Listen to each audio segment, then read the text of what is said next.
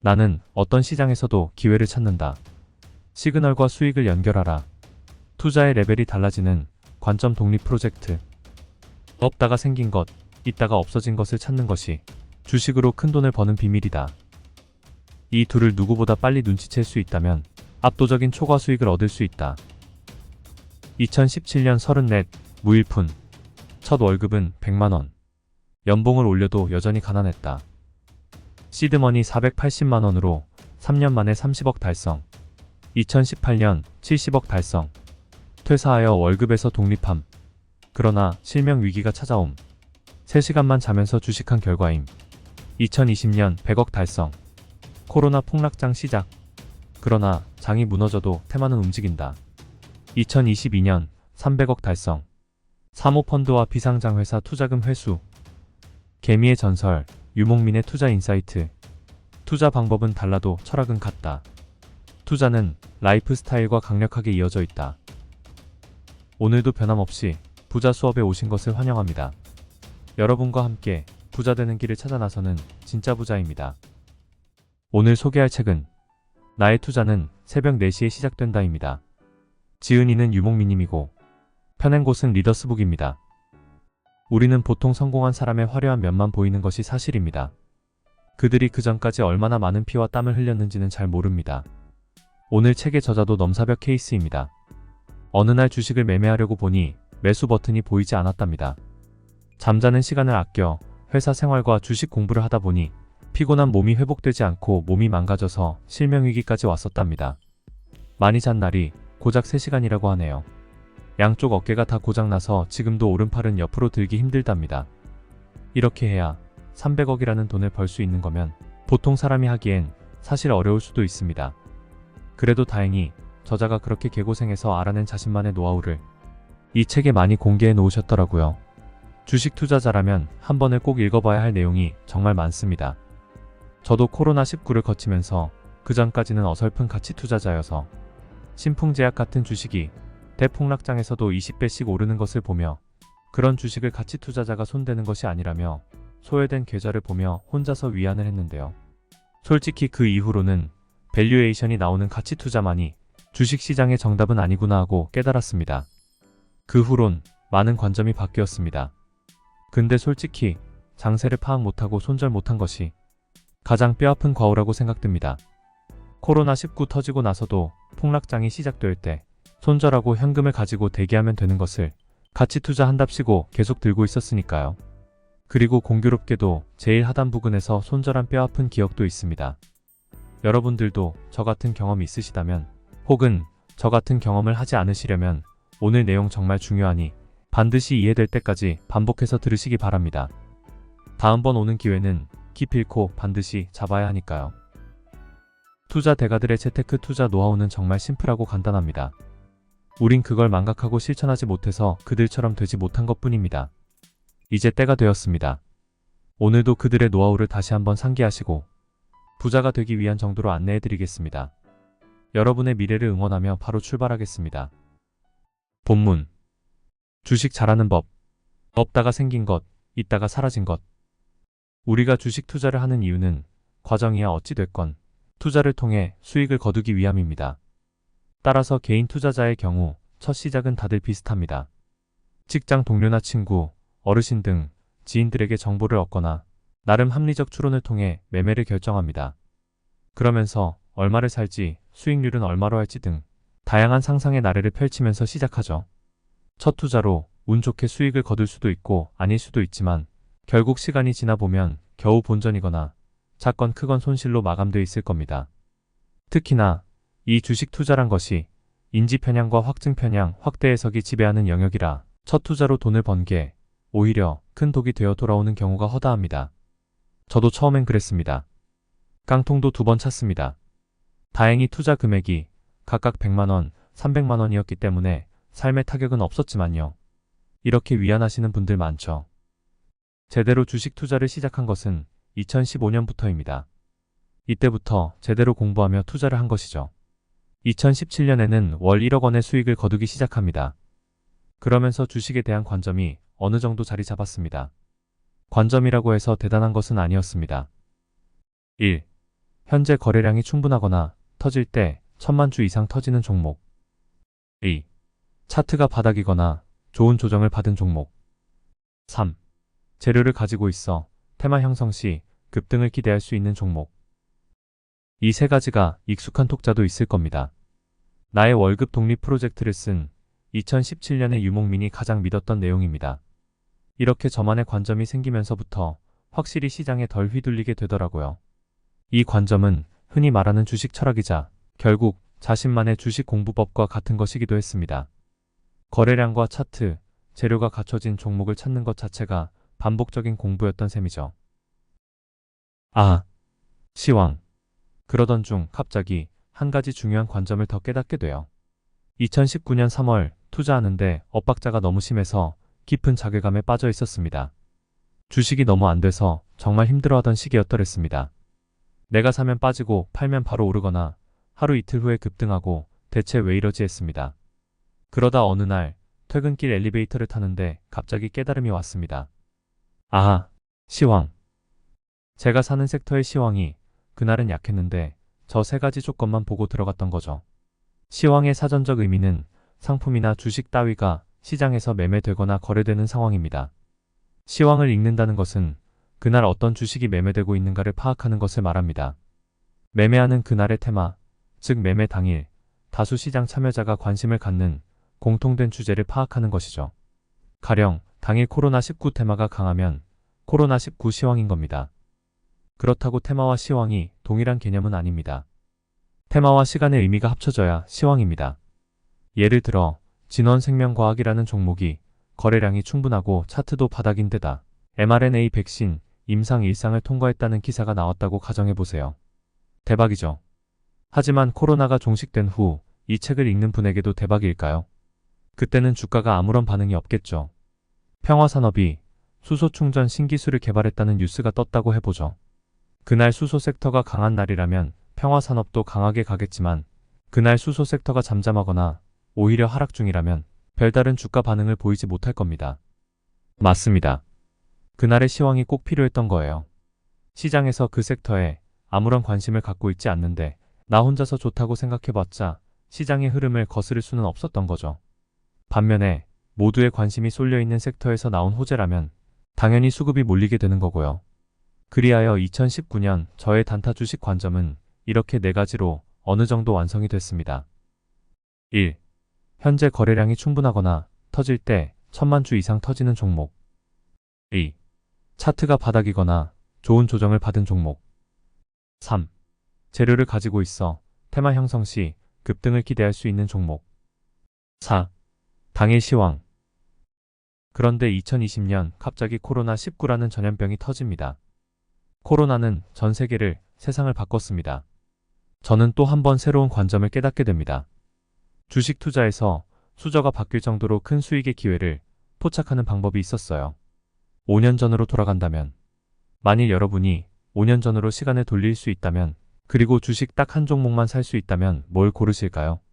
아마 5년 전에는 없었지만 지금은 누구나 쓰고 있는 무언가를 만든 회사를 고르지 않을까요? 주식으로 큰 돈을 버는 요체가 여기 있습니다. 없다가 생긴 것, 있다가 없어진 것. 여러분이 앞으로 저 두 가지를 누구보다 빨리 눈치챌 수 있다면 압도적인 초과 수익을 얻을 수 있습니다. 코로나19가 아주 큰 예죠. 이전에 없었던 규모의 강력한 질병이 나타나자 세상이 완전히 변했죠. 포스트 코로나가 아니라 이제는 그냥 코로나 시대인 겁니다. 모두가 패닉에 빠졌을 때 코로나라는 것이 가져올 변화를 눈치채고 수혜가 되는 업종을 골라낸 사람들의 재산은 엄청나게 불어났습니다.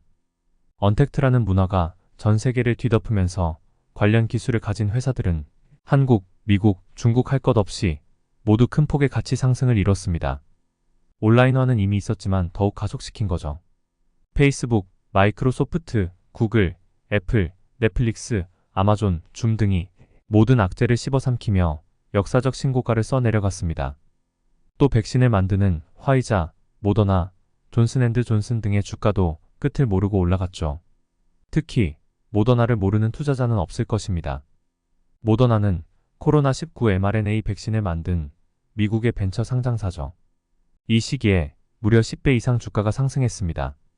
한국도 마스크를 만드는 회사부터 진단기, 백신 등 조금이라도 연관된 회사들은 주가가 많게는 30배, 적게도 대여섯 배씩 상승했습니다. 변방의 작은 기업이었던 시제는 미국의 진단기 회사로 소개되며 1만원대 주식이 16만원까지 치솟았습니다. 신풍제약은 피라맥스가 코로나19 치료제가 될 수 있다는 희망에 6천원에서 7천원 하던 주식이 21만원까지 올랐고요. 셀트리온은 말할 필요도 없습니다. 모임과 외출이 사라졌습니다. 집콕 생활이 시작되면서 대신 인테리어 수요가 폭발하죠. 관련주들이 모조리 신고가를 기록합니다. 재택근무로 갑자기 노트북이나 PC 수요가 폭증하면서 반도체 품귀 현상이 전 세계적으로 일어났습니다. 그 결과로 삼성전자와 SK하이닉스를 비롯 미국의 마이크론, 대만의 TSMC는 역사상 신고가를 기록했고요. 또 그간 여러 이권 때문에 막혀있던 원격 진료는 한시적이지만 전면 개방하게 됩니다. 그러면서 원격 진료 관련주들 역시 몇 배씩 상승하죠. 역사는 반복된다. 이 사태를 보면서 저는 없다가 생긴 것, 그리고 있다가 사라진 것을 찾는데 주력합니다. 저는 어떤 것을 발견하면 가능하면 최대한 과거까지 역사를 들춰보는 성격입니다. 역사는 반복된다는 것을 철석같이 믿거든요. 매일 새벽 시황을 살피는 시그널 리포트를 작성하는 이유이기도 합니다. 만들다 보면 자연스레 반복되는 역사가 정리되고 작게 발현된 새로운 이슈가 저에게는 아주 큰 시그널로 다가오거든요. 타미플루를 아실 겁니다. 2009년 전 세계를 공포로 몰아넣은 신종플루의 치료제로 널리 알려진 약이죠. 이 약을 개발한 회사는 길리어드 사이언스입니다. 창업 초기인 1992년 길리어드 사이언스는 시가총액 2억 달러 남짓의 중소형 제약사에 불과했죠. 1996년 만들어둔 타미플루로 인해 길리어드 사이언스는 10배 이상 급성장하게 됩니다. 신종플루는 특히 한국에서 큰 문제였어요. 국내에서만 74만 명이 감염되면서 시장에 엄청난 공포를 가져왔습니다. 하지만 타미플루의 출현은 자본시장 측면에서는 치료제가 없다가 생긴 것이지만 질병 측면에서는 있다가 없어진 것으로 만드는 계기가 됐습니다. 다시 산업이 정상화되는 요소였죠. 미세먼지 같은 경우도 마찬가지입니다. 미세먼지가 생기면서 심지어 아직 현실화되지도 않은 인공강우 관련주인 드라이아이스 만드는 회사들의 주가가 급등하기도 합니다. 아프리카 돼지열병도 마찬가지입니다. 2016년 이후 미동도 없었던 조류독감과 돼지열병 관련주들에게 역사적 시세를 만들어내기도 합니다. 갑자기 생긴 대선 후보도 마찬가지입니다.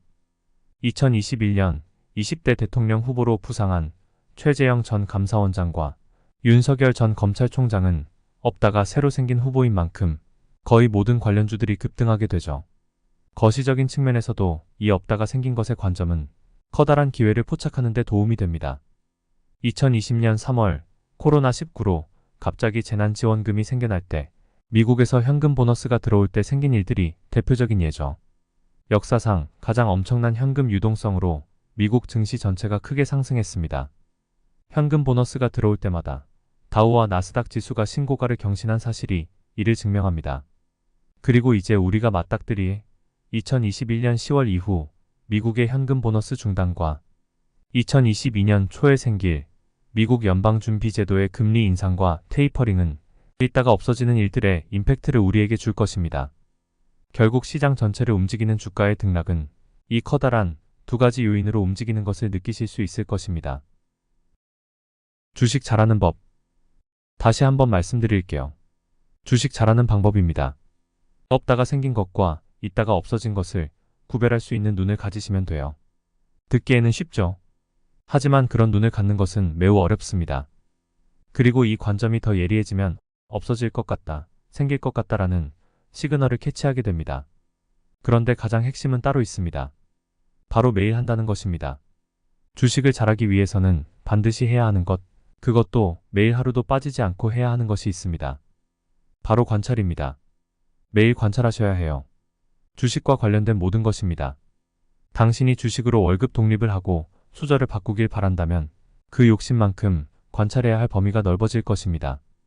용돈 벌이 월 100만원 아니면 월급만큼, 나아가 월 1000, 월억 등 목표가 커질수록 관찰해야 할 것들이 많아집니다.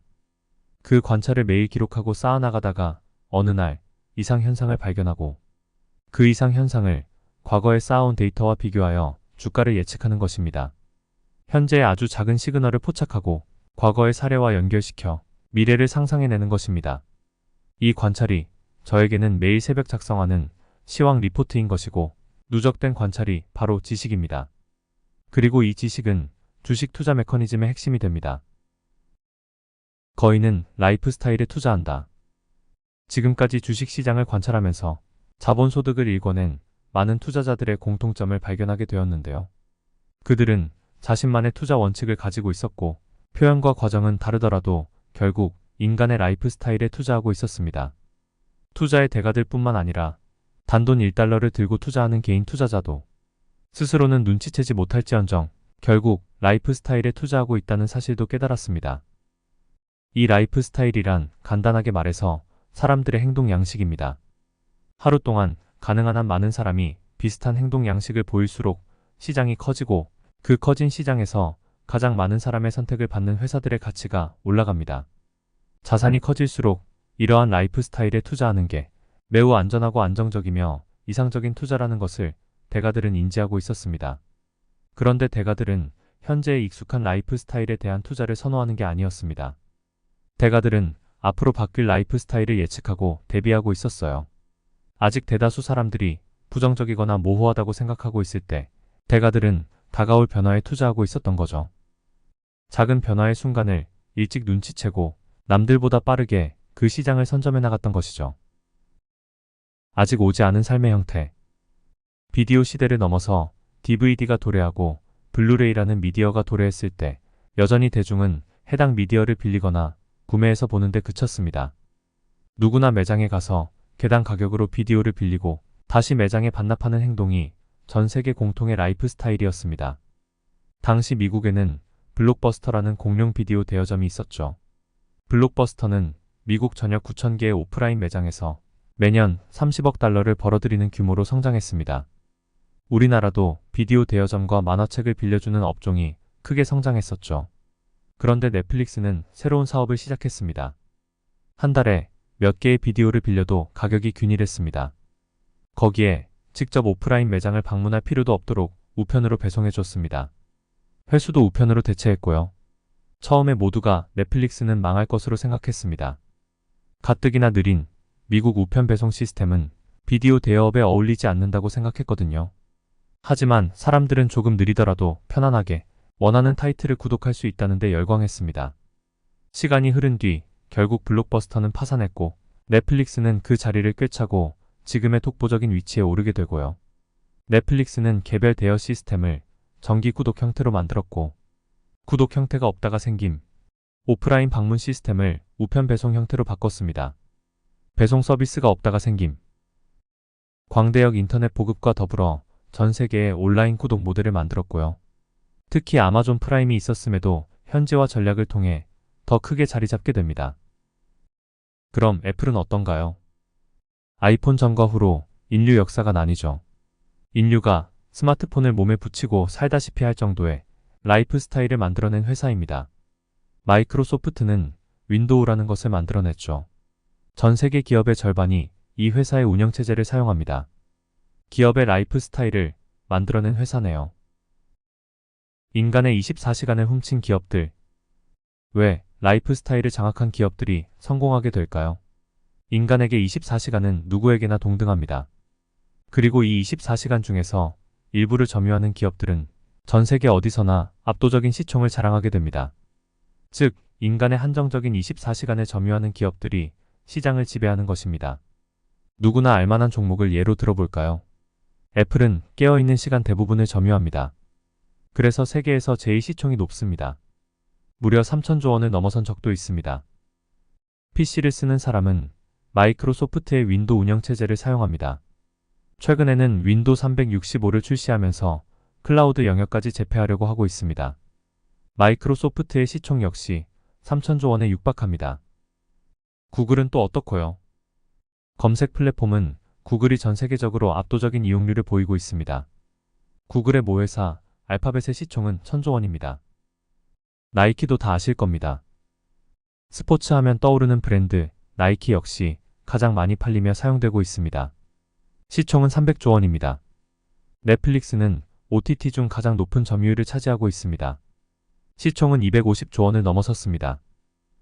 최근 5년 내 갑작스레 사람들의 라이프 스타일을 가져가 버린 기업들을 살펴볼까요? 테슬라는 100년간 공고한 지위를 유지하던 내연기관을 빠르게 전기 구동 자동차로 바꾸고 있습니다.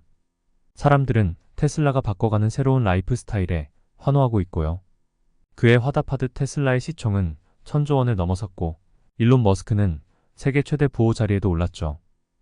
아마존은 어떤가요? 미국인이 가장 많이 이용하는 온라인 상거래 플랫폼이죠. 미국뿐만이 아닐 겁니다. 아마존은 외국인이 가장 많이 사용하는 해외 쇼핑몰이기도 합니다. 아마존의 시총 역시 1000조 원을 넘어섰습니다. 인간의 라이프 스타일에 따른 자본의 이동은 신규 상장주에서도 그대로 이어지고 있습니다. 이제 쿠팡 없는 삶을 상상이나 할 수 있을까요? 한국의 쿠팡은 엄청난 적자에도 미국 뉴욕 증시 상장을 통해 100조 원의 전무후무한 기업 가치를 인정받았습니다. 세계적 코인 거래소 코인베이스 역시 미국 나스닥 상장 후 110조 원의 기업 가치를 인정받았죠. 미국 개인 투자자들에게 가장 많이 사랑받는 트레이딩 앱 로빈후드는 37조 원의 상장 후 불과 일주일 만에 시총이 약 80조 원으로 급등한 바 있습니다. 한국에서는 기존 은행의 관념을 파괴하고 MZ세대에게 압도적 지지를 받은 카카오뱅크가 전 세계 은행 업종의 시총을 다 깨고 첫날 상한가로 마감. 한국에서는 쉽지 않은 33조 원의 시총을 인정받았습니다. 정말 대단한 기업들이죠. 쿠팡과 코인베이스, 로빈후드, 카카오뱅크도 처음에는 모두가 모호해하고 될까라고 생각했지만 라이프 스타일에 큰 변화를 일으키면서 시장에 안정적으로 안착하게 된 거죠. 지금은 작은 변화지만 결국 모든 사람들이 쓰게 되는 무언가를 갖는 기업이 시장의 지배자가 됩니다. 이미 너무 오른 종목이라고요? 한 발만 멀리 떨어져 볼까요? 앞서 살펴봤던 기업들 중 애플, 마이크로소프트, 구글, 나이키, 넷플릭스 등은 이미 굳건한 시장 지배적 기업이죠. 몇몇은 우리가 태어나기 전이나 사회생활을 시작하기 전 자본시장에 관심을 두기 전부터 시장을 지배하고 있었으니 어쩔 수 없다고 칩시다. 하지만 테슬라, 아마존의 경우는 어떨까요? 2019년 말까지 대다수의 애널리스트들은 테슬라는 곧 망할 것이라고 했습니다. 하지만 현재 테슬라는 전 세계에서 가장 사랑받는 자동차 회사가 됐고 수십, 수백 년 넘은 모든 자동차 상장사들의 시총을 가볍게 눌러주고 있습니다. 배터리 부족, 충전소 부재 등 안 될 이유가 산재했지만 환경에 대한 전 세계적인 공통 관심사 대두와 이산화탄소 저감 정책 등이 더해지면서 테슬라는 지속적으로 성장할 수 있었고 이제는 전기차 판매만으로도 흑자를 내는 회사가 됐습니다. 아마존도 마찬가지입니다. 2019년 초까지만 해도 아마존은 고평가된 회사로 유망하지 못하다는 평가를 받았습니다. 투자의 거인이자 오마아의 현인이라 불리는 워런 버핏은 아마존에 대해 혹독한 평가를 하기로 유명했죠. 하지만 2019년 5월 그가 버크셔에서 웨이 주주총회를 며칠 앞두고 CNBC에서 진행한 인터뷰에서 아마존을 매입했다는 이야기를 한 후 주가는 당일 급등 이후 지속적으로 상승했습니다. 저평가 가치주에 장기 투자하는 그의 투자 철학과 완전히 상반되는 아마존 주식의 매입은 시장에 큰 충격을 줬습니다. 당시 PER 100이 넘고 이익은 적은 회사에 왜 투자하는지 많은 궁금증을 자아냈습니다. 이 두 회사는 2019년에 주가가 바닥이었다는 공통점이 있습니다. 그리고 세계적 투자자들 중 극소수가 이 두 회사의 지분을 크게 확보합니다.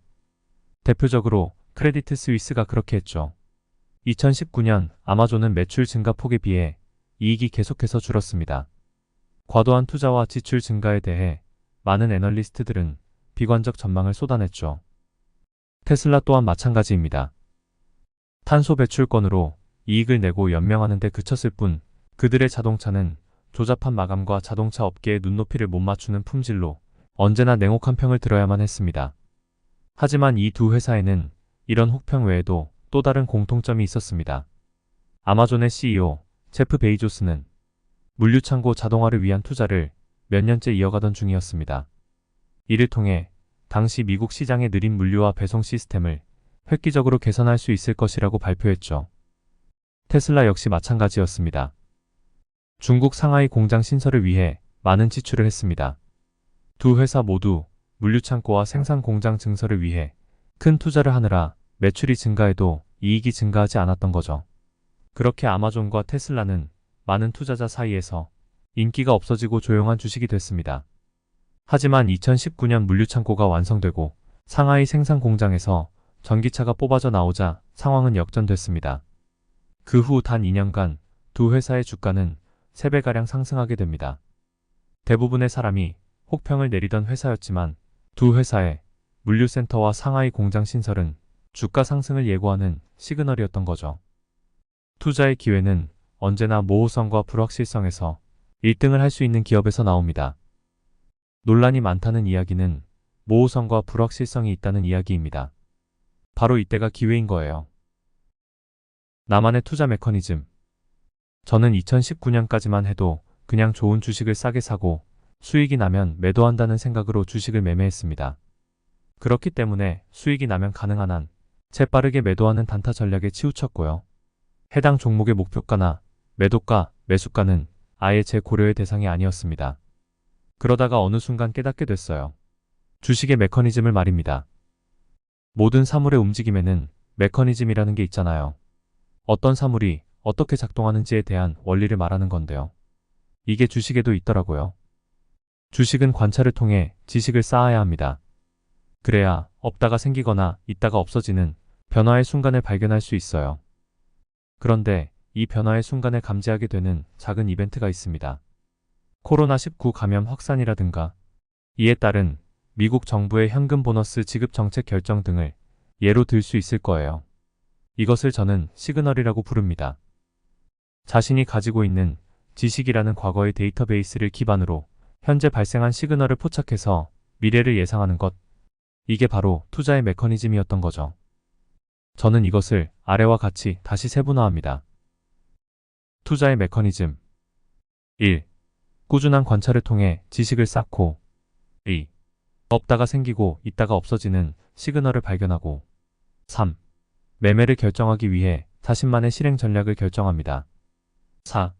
매매에 들어가면 자신이 생각한 대로 흘러가는지 시장을 주시하고 5. 내가 생각한 것과 다른 것이 생기는지 변화를 감지해야 합니다. 6. 변화가 생겼을 경우 다각도로 검토 후 대응합니다. 7. 이후에는 꼭 매매의지를 남겨 반성합니다. 8. 그리고 다시 관찰하고 지식을 쌓으며 반복합니다. 이 8단계 중 하나라도 놓칠 경우 99% 실패하는 투자가 된다고 생각합니다. 그리고 이 메커니즘대로 하지 않았지만 우연히 수익이 난 경우는 실수라고 생각해요. 내 실력이 아닌 거죠. 이처럼 자신만의 원리 원칙을 세우지 않으면 끝없이 상한가 따라잡기하고 급등주만 매매하다가 결국 제풀에 나가 떨어질 겁니다. 저 원리를 완벽히 자신의 것으로 만들어야 테마주를 매매하든 가치주를 매매하든 안정적인 수익이 날 것이라고 확신합니다. 신호인가 소음인가?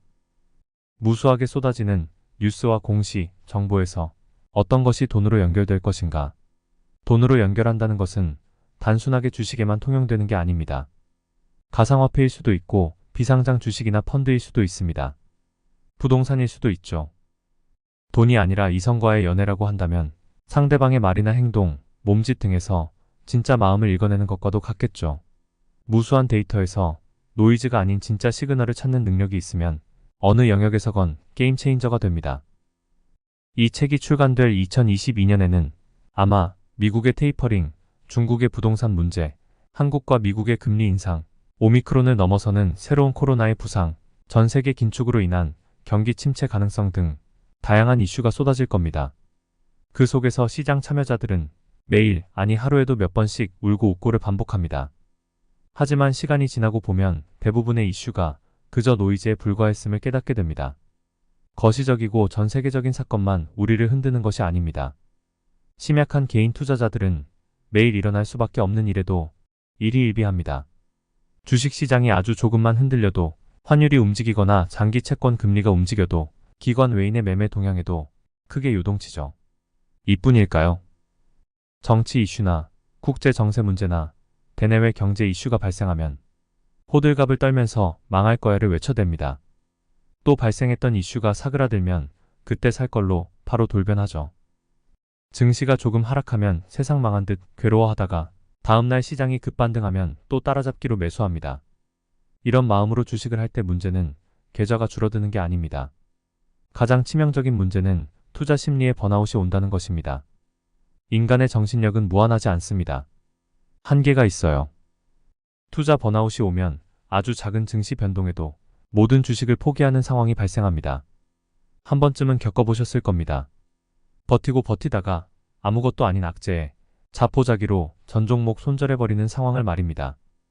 그래서 주식 인생에서 노이즈와 시그널을 구별하는 눈을 갖는 건 대단히 중요하다고 생각합니다. 물론 하루아침에 되는 건 아니겠죠. 완벽한 경지라는 것도 없을 거고요. 저 역시 반성과 반복을 통해 조금 더 나은 투자자가 되어가는 과정에 있을 뿐입니다. 매도 바이블. 완벽하지는 않지만 제가 매수 매도에서 시그널과 노이즈를 구별하는 기준이 몇 가지 있습니다. 저는 이를 편의상 바이블이라고 부르는데요. 지키지 않으면 크게 후회하는 경우가 많아서 그렇게 부릅니다. 저도 흔들릴 때가 많습니다. 저조차 처음 보는 상황이 자주 벌어지니까요. 그런 갑작스러운 상황에서 매도와 매수 결정을 하려면 바이블이 매우 중요합니다. 매도를 결정할 때의 기본적 바이블은 아래의 두 가지입니다. 기본형 매도 바이블. 1. 주식시장에 영향을 주는 것은 뉴스나 언론 보도가 아니다. 영향을 주는 것은 펀더멘털이다. 2. 그러므로 언론 보도는 회사의 펀더멘털에 영향을 주는 것인가를 가장 먼저 판단해야 한다. 보통 매수를 할 때 무지성으로 한 게 아니라면 자신의 매수 이유가 사라지기 전까지는 가지고 있을 테니 매도는 딱 저 악재 노이즈만 피하면 된다고 생각합니다. 노이즈가 아닌 것은 시그널이고요. 자기가 매수한 이유를 흩어버리는 시그널이 발생할 때는 매도하는 게 맞겠지요. 그렇기 때문에 이 매도에 관한 노이즈를 구별하는 규칙은 단타, 스윙, 장기 투자는 물론 대부분에 걸쳐 맞습니다. 주식을 하다 돈을 가장 많이 잃는 상황 중 하나가 악재 언론 보도가 나올 때였습니다. 없다가 생긴 것인데다 불확실성이 생긴 것이기 때문에 다운사이드 리스크로 평가되면서 주가는 급락합니다. 누구나 흔들리기 쉬워요. 하지만 그 보도가 기업의 펀더멘털에 영향을 주는 게 아니라면 공포에 휩싸여 매도하기보다는 회사 IR에 전화를 해봅니다. 누구보다 빠르게 전화를 하죠. 전화번호는 HTS에서 기업 정보를 보면 나와 있거든요. 그래서 사실무근일 경우에는 오히려 매수의 기회로 삼습니다. 일시적인 노이즈일 경우에는 흔들릴 필요가 없는 거죠. 특히 단독을 달고 나오는 보도는 한 군데 미디어에만 노출될 확률이 높고 사실이 아닐 가능성도 높다고 생각합니다. 또 흔하게 겪는 악재 유형인 유상증자 등의 공시가 뜨면 물량이 쏟아질 때가 있습니다. 주주 배정 유상증자를 할 경우 이미 그 종목을 가지고 있는 사람은 갑자기 폭탄을 맞는 거죠. 최소한 마이너스 15%를 맞고 시작하니까요. 어쨌든 주주에게 손을 벌려 자금을 모은다는 것은 분명 안 좋은 시그널입니다. 회사가 정말 좋고 사업성이 있다면 3자 배정으로 외부 기관의 투자를 받을 수 있었을 테니까요. 주주 배정 유상증자의 경우 현 주가 대비 10%에서 30% 할인해서 발행합니다. 즉, 현 주가 대비 싼 주식이 시장에 풀리게 되는 거죠. 그 물량이 풀리면 차익 실현이 일어날 것이기 때문에 미리 매도가 일어납니다. 규모에 따라 다르지만 보통 하한가 가기 십상입니다. 하지만 그 종목을 가지고 있지 않은 경우에는 아주 좋은 매수 기회일 수 있습니다. 주주 배정 유상증자라도 증자의 이유가 공장 증설이라거나 신규 사업이라거나 회사의 펀더멘털을 개선하는 유형일 경우에는 90% 이상이 원래 주가를 회복합니다. 시간이 좀 오래 걸리는 게 문제죠. 안 좋은 시그널이지만 노이즈로 해석할 수 있는 여지가 있습니다. 매도 결정 시 실전형 바이블은 아래와 같습니다. 실전형은 단타이건 스윙이건 장기 투자이건 당일 시그널이 생기면 바로 대응해야 하는 영역입니다. 실전형 매도 바이블. 1. 재료 소멸로 판단되는 이슈라면 무조건 절반 이상 비중을 줄인다. 스스로 소멸인지 아닌지 판단할 능력이 돼야 한다. 2. 오너 리스크일 경우 반드시 비중을 절반 이상 줄인다. 상장 기업에서 가장 중요한 건 오너다. 3. 강한 지지선을 깨는 경우 반드시 회사에 전화해서 악재가 있는지 확인한다. 그리고 매수 이유를 재점검한다. 4. 예상보다 빠른 시기에 급등이 나올 경우 비중을 절반 이상 줄인다. 시간을 사는 게 수익보다 훨씬 중요하다. 5. 스윙, 장기 투자 매매 시 예상보다 많은 평가 수익을 거두고 있을 경우 비중을 반드시 줄이기 시작한다. 마음속에 욕심이 생기기 시작할 때가 바로 매도를 시작할 순간이다. 6. 뇌동매매로 매수했다면 즉시 전량 매도한다. 원칙 없는 매매는 결국 더 큰 실수를 불러온다. 당장은 수익을 내더라도 나중에 더 크게 잃는다. 7. 언제나 원칙을 갖고 매수했는지 살핀다. 원칙에서 어긋난 매매라면 그 즉시 물량을 줄인다. 8. 마음속에 조금 덜하는 욕심이 들면 그 즉시 물량을 줄인다. 자신의 심리는 가장 중요한 보조지표다. 9. 일이 일비하고 있다면 이미 말리고 있다는 증거다. 주식을 멈추고 주식과 전혀 상반된 일을 해서 뇌를 쉬게 하자. 10. 조금이라도 자만한 마음이 든다면 곧 큰 실수가 생길 때가 온 것임을 명심하자. 항상 감사해야 하고 겸손해야 한다. 매도할 때는 지킬 게 많지요. 사실 이 기본형 플러스 실전형 매도 바이블 12가지가 모두 중요한 시그널입니다. 매수도 중요하지만 매도야말로 주식의 핵심입니다. 사람들은 보통 손절이 어렵다고 합니다. 매도에는 원칙이 없기 때문에 어려운 겁니다. 손절 자체에 의미를 두고 뭔가 공식 같은 걸 찾습니다. 몇 %에서 손절을 하느냐고 묻는 사람이 많은데요. 저도 처음에는 마이너스 5%라고 정했었지만 정해진 선은 없습니다. 종목에 대한 확신이 있으면 등락에 마음이 오락가락하지 않습니다. 매수 바이블. 매수할 때 유의미한 시그널인가를 보는 바이블에 대해 이야기해 보겠습니다. 매수 시그널은 단기, 중기, 장기 투자에 따라 조금씩 다른 양상을 보입니다. 특히 단타에서는 매수 시그널을 구별하는 게 가장 중요합니다. 매수 결정의 기본적 바이블은 아래의 세 가지입니다. 기본형 매수 바이블. 1. 주가를 점차 올리는 것은 유동성과 실적이다. 유동성에는 정부의 자금과 기업의 투자가 있으며 실적은 만고불변의 주가 상승 원동력이다. 2. 주가를 빠르게 올리는 것은 그림이다. 이 그림이 기대감을 불러온다. 3. 1번과 2번이 함께 존재할 때 주가는 급등한다. 주식 투자는 크게 가치 투자와 단기 투자로 양분됩니다. 가치 투자자는 기업의 펀더멘털을 맹신하는 투자를 합니다. 보통 1번에 가중치를 둡니다. 물론 가치 투자자도 2번을 보지만 비중은 적습니다.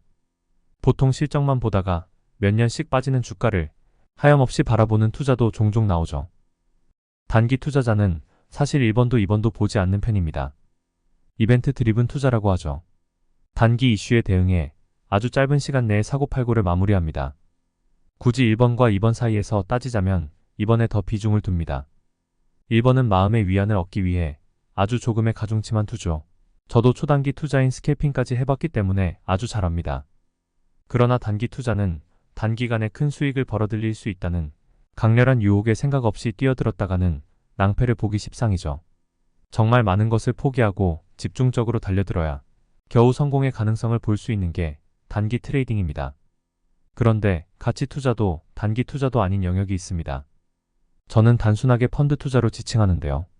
제가 지난 몇 년간 일반 주식 매매보다 심혈을 기울이는 투자 영역으로 사모펀드 또는 벤처 캐피털을 통한 비상장사 투자입니다. 세 가지 바이블 중 3번을 철저하게 따르는 투자입니다. 비상장 투자는 시드 투자, 엔젤 투자, 프리 시리즈 A, 시리즈 B, 시리즈 C, 프리 IPO 투자 등으로 순서를 밟아 나갑니다. 시리즈 이하에서는 아예 1번이 없는 상태로 출발합니다. 매출이 0인 경우도 있죠. 오로지 2번 그림 하나만으로 투자합니다. 상장하고 나면 메자닌 투자의 영역으로 들어섭니다. 하지만 투자자들은 이 그림의 성공 가능성을 누구보다 빠르게 판단합니다. 인간의 라이프 사이클을 바꾸거나 영향을 주거나 이용하거나 등을 누구보다 빠르게 판단하는 거죠. 그리고 이 그림이 성공할 경우 기존의 어떤 산업보다 혹은 기존의 기업만큼의 유동성과 실적을 불러일으킬 것을 가정해서 투자합니다. 그리고 어느 시점에 유동성 실적 그림이 다 맞아떨어지면서 엄청난 가치 상승을 가져올 것으로 예상하는 거죠. 매수 결정 시의 실전형 바이블은 다음과 같습니다. 실전형 매수 바이블. 1. 없다가 생긴 것, 있다가 없어진 것을 체크한다. 이를 캐치하는 능력이 생기면 큰 돈을 벌 수 있다. 2. 불확실성과 리스크를 구분하라. 불확실성 상태에서 리스크로 확정되는 순간이 주식 투자하기 가장 좋은 때이다. 3. 유동성과 관련된 이슈는 매수에 큰 영향을 준다. 정부의 정책, 기업의 투자는 자세히 봐야 한다. 특히 삼성, 현대, SK 등 대기업의 시설 관련 투자는 몇 번이나 봐야 한다. 4. 대기업의 정책 변화는 매우 중요하다. 반드시 새로운 투자를 가져오기 때문이다. 5. 기업의 실적을 높이는 이슈는 중소형주와 대형주 할 것 없이 가장 중요하다. 특히 신사업이나 대기업의 정책 변화로 생기는 실적 상승은 일시적이지 않을 확률이 높다. 일시적이지 않다면 주가의 큰 폭 상승을 기대할 수 있고 주가 조정 시 매수 기회로 삼을 수 있다. 6. 키워드에 집착하지 않는다. 주식은 키워드로 매매하는 단세포개가 아니다. 7. 시황을 고려하라. 시황이 좋지 않으면 주가를 움직이는 힘이 크게 약해지므로 매수 수량을 평소의 절반 이하로 줄여라. 8. 업황을 고려하라. 해당 종목이 속한 업황이 좋지 않다면 주가를 움직이는 힘이 대폭 약해지므로 매수 수량을 평소의 3분의 1 이하로 줄여라. 9. 이왕이면 거래량이 많은 업황을 상대적으로 크게 보고 종목도 가능한 한 호가가 많은 게 좋다. 관심 소외주에 홀로 관심 가져봤자 쓸쓸한 손절만 기다릴 뿐이다. 거래량이 많고 호가가 좋은 종목이 끼도 좋다. 10. 이왕이면 차트상 고점인 종목보다 차트상 바닥이나 조정 중인 종목을 고르자. 올라가 봤자 10%, 떨어지면 마이너스 30%인 종목을 굳이 매매할 필요 있겠는가? 같은 재료라면 차트가 좋은 종목이 더 잘 간다. 이 책에서 가장 중요한 부분이라고 볼 수 있지만 누구나 이해하고 따를 수 있는 것은 아닙니다. 매수 시그널을 볼 수 있는 눈을 가졌다면 이미 성공적인 투자자겠죠. 매일 생기는 이슈를 스스로 분류하다 보면 생기는 능력이지 어떤 공식으로 나뉘는 것은 아니라는 것을 거듭 말씀드리고 싶어요. 가격, 평균 회귀의 법칙. 진입에 대한 전략을 짤 때의 핵심은 결국 가격이라고 생각합니다. 일단 편입한 가격이 싸야 단타이건, 스윙이건, 장투이건 속이 편합니다. 비싸게 사놓고 나는 장기 투자, 가치 투자니까 괜찮아라고 하는 건 자위하는 데 불과하다고 생각합니다. 뭐가 됐든 가급적 지켜야 할 원칙은 있다고 생각해요. 특히 단타에 가까울수록 더 지켜야 합니다. 바로 가격입니다. 종목을 편입할 때 비싸게 사지 마세요. 주식은 싸게 사서 비싸게 파는 게 기본입니다. 다만 누구도 지금 종목이 감히 싸다 비싸다를 명확하게 말하기는 어려운 게 사실입니다. 그래서 저는 몇 가지 가정을 하는데요. 굉장히 유용하게 사용하고 있습니다. 모든 상장 주식은 결과적으로 평균으로 회귀한다입니다. 계속 오르는 주식도 결국에는 밸류에이션 평가를 받게 되고 고가와 저가의 중간값 정도로 가격이 결정돼요. 그리고 이 가격이 결정되는 데는 아주 단순한 논리가 적용됩니다. 바로 매도와 매수의 힘입니다. 너무 많이 팔면 매수가 나오게 되고 너무 많이 사면 매도가 나오게 돼 있다는 거죠. 그래서 이 부분을 조금 편하게 볼 수 있게 돕는 유용한 지표가 RSI입니다. 사람들은 현재 주가, 즉 주당 가격이 맞고 틀리고를 논하지만 아무 의미 없다고 생각합니다. 주식시장에서 가격은 언제나 선반영입니다. 모두가 돈을 벌기 위한 욕망으로 이미 나와 있는 다양한 이슈를 가격으로 매겨 매수 버튼을 누르고 누구보다 빨리 수익을 내거나 덜 손해를 보기 위해서 매도 버튼을 누릅니다. 추세가 바뀔 때 산다. 추세 전환 확인하는 지표 RSI. 제가 HTS 화면에서 설정해두고 매일 확인하는 차트 지표를 소개하겠습니다. 주식 초보자들이 100이면 100 모두 하는 질문이 있죠. 언제 얼마에 사나요? 언제 얼마에 팔아야 하나요? 자신의 지식을 바탕으로 어떤 시그널을 읽고 특정 종목을 매수하기로 마음먹었다면 언제 사는 게 좋을까요? 사실 어떤 답도 명확한 기준은 없습니다. 어떤 시그널을 보고 어떤 종목을 눈에 들였다면 매수해야 할지 그냥 지켜만 보는 게 나을지 혹은 어느 정도 가격에서 사는 게 좋을지 나아가 어떤 가격에 매도하면 좋을지에 대한 판단은 무조건 빠른 편이 좋습니다. 자신의 모든 지식을 동원해서 가장 적절한 매수 타이밍을 결정해야 할 것입니다.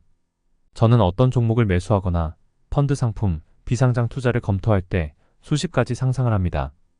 그럼에도 결정은 굉장히 빠르게 내립니다. 제가 머릿속에서 펼치는 상상의 90% 이상은 이미 매일 새벽에 저만의 리포트를 만들면서 검토가 완료되기 때문입니다. 새롭게 보는 요소는 5%에 불과하고 나머지 5%는 RSI의 도움을 받습니다. 저는 종목 진입이나 매도할 때 꼭 보는 기준이 있어요. 바로 매도와 매수의 강도입니다. 어떤 종목을 봤을 때 여전히 매도 추세라면 매수를 하지 않는 편입니다. 또 너무 과하게 매수 추세일 때도 매수하지 않습니다. 저는 매도 추세가 매수 추세로 바뀔 때를 즐겨 매매합니다. 이때를 편하게 알아차리는 방법이 있어요.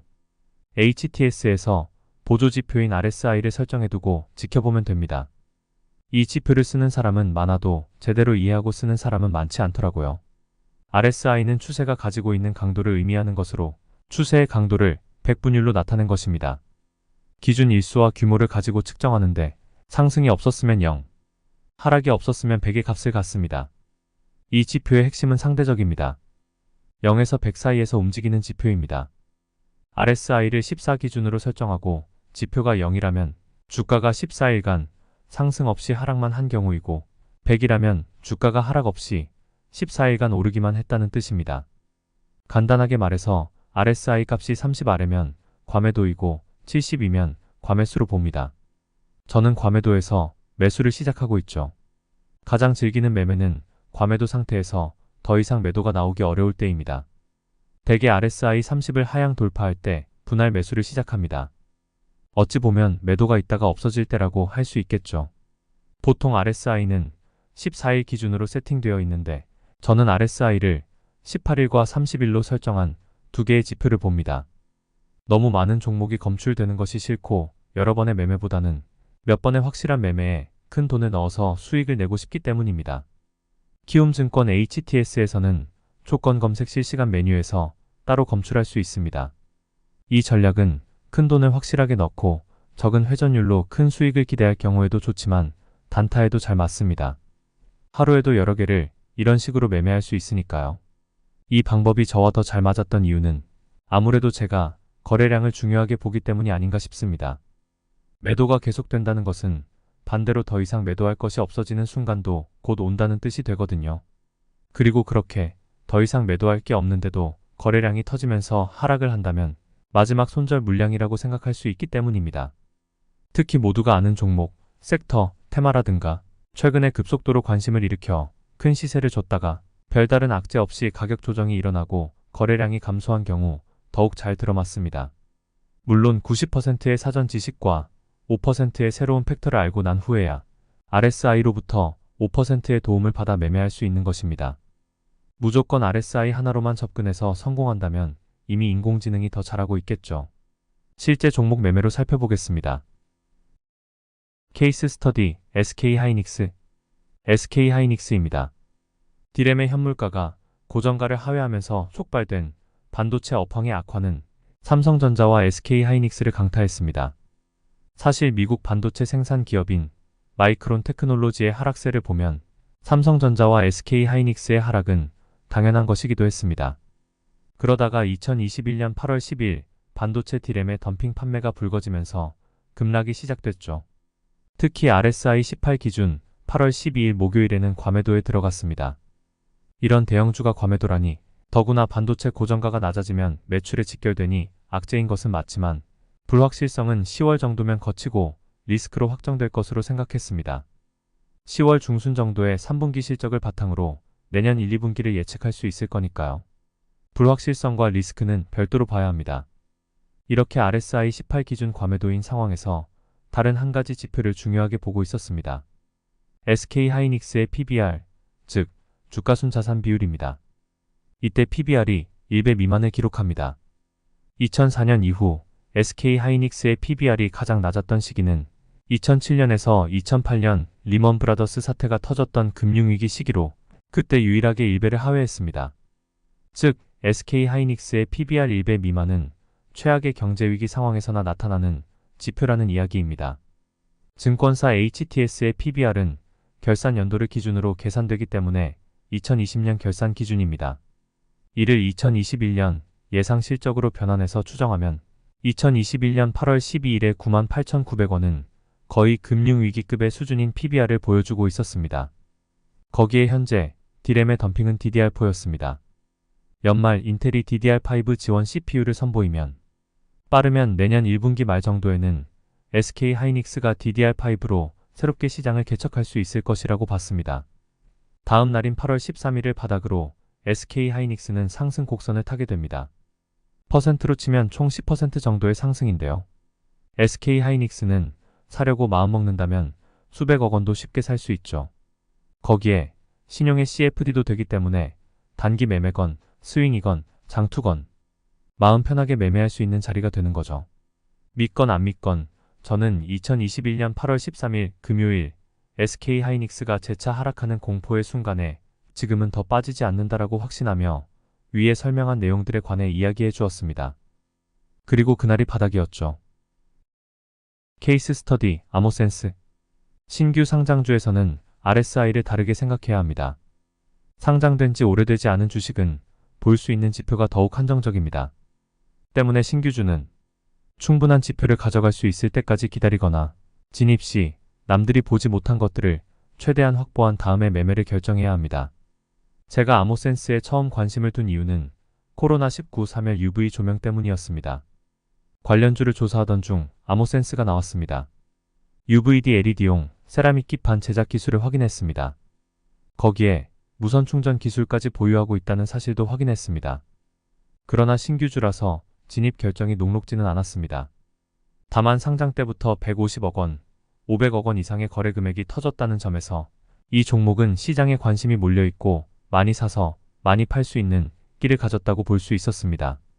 그리고 7월 23일과 8월 20일에 RSI 18 기준 40을 바닥으로 하고 있다는 것도 살만한 지점이라고 생각했었습니다. 결국 아모센스는 8월 20일 RSI 18 기준 40을 찍고 지속적으로 우상향합니다. 갤럭시 플립3와 폴드3의 흥행으로 인한 관심도 한몫했지만 사실 정부가 전기차의 무선 충전을 시범 사업으로 허용한 것이 결정적이었습니다. 아모센스가 직접 전기차 충전 사업을 하는 것은 아니었지만 시장이 과열되면서 아모센스에도 매수가 몰린 것입니다. 원래 거래량이 빵빵 터지는 관심 종목이었으니 시장에서도 당연하게 반응한 것으로 생각할 수 있습니다. 처음 주목했을 때에 비해 주가는 한 달도 채 안 돼 50% 정도 상승했습니다. 이렇게 RSI를 이용하는 투자는 편한 구석이 있습니다. 하루 장이 끝나고 전 종목 차트를 둘러봅니다. 좋은 차트 상태인데 재료도 있고 시황과도 곧 맞아떨어질 것 같다면 그 종목에 관심 갖고 트래킹을 시작하는 거죠.